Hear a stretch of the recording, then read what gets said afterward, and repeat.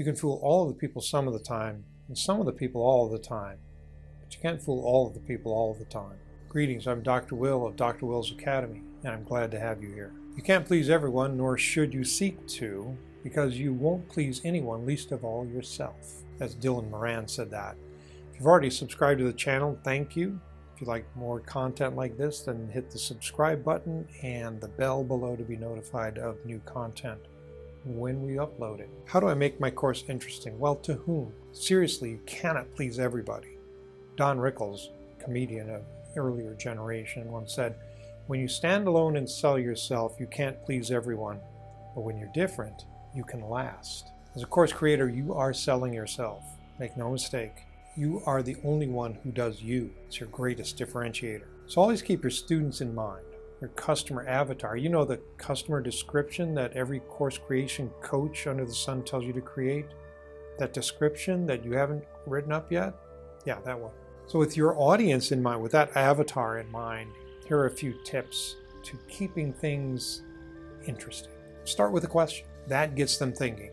If it's the right question, it gets them thinking in the direction you want them to go. Not necessarily a Socratic question or Socratic questions. Those are used to lead people to understanding. But this question is an interest tickler. You have to make your course relatable as well. Your students are interested in applying what you're teaching them to their lives. Examples and exercises don't need to be directly, immediately applicable, like asking Siri or Alexa how to get to the nearest Starbucks for a burnt cup of coffee.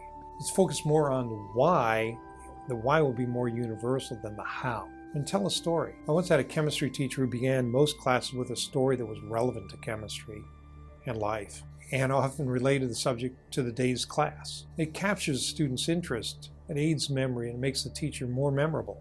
Mr. Wentz was one of my favorite teachers ever.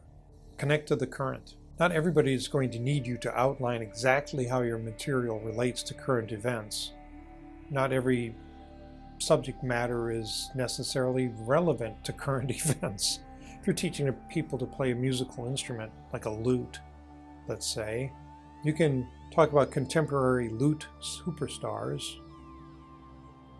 but your students will probably be satisfied with a bit of history instead.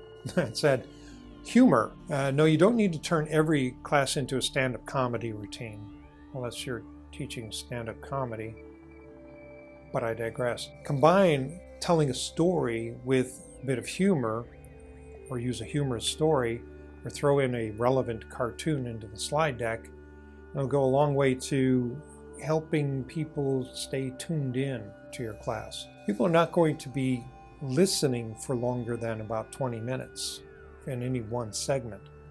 So realize that and keep it brisk. Be humorous, connect to the current, help them by telling a story, make it relatable, and start with a question. The channel is dedicated to course creators, so if you'd like more content like this, then subscribe and hit the bell below to be notified when new content becomes available. Also, if you have any questions, be sure to ask them below in the comments or send them to us and we'll be happy to answer them at a later date. That's it for me, for you, for now. You have a great day and a great week ahead. Be careful out there. I'll be seeing you.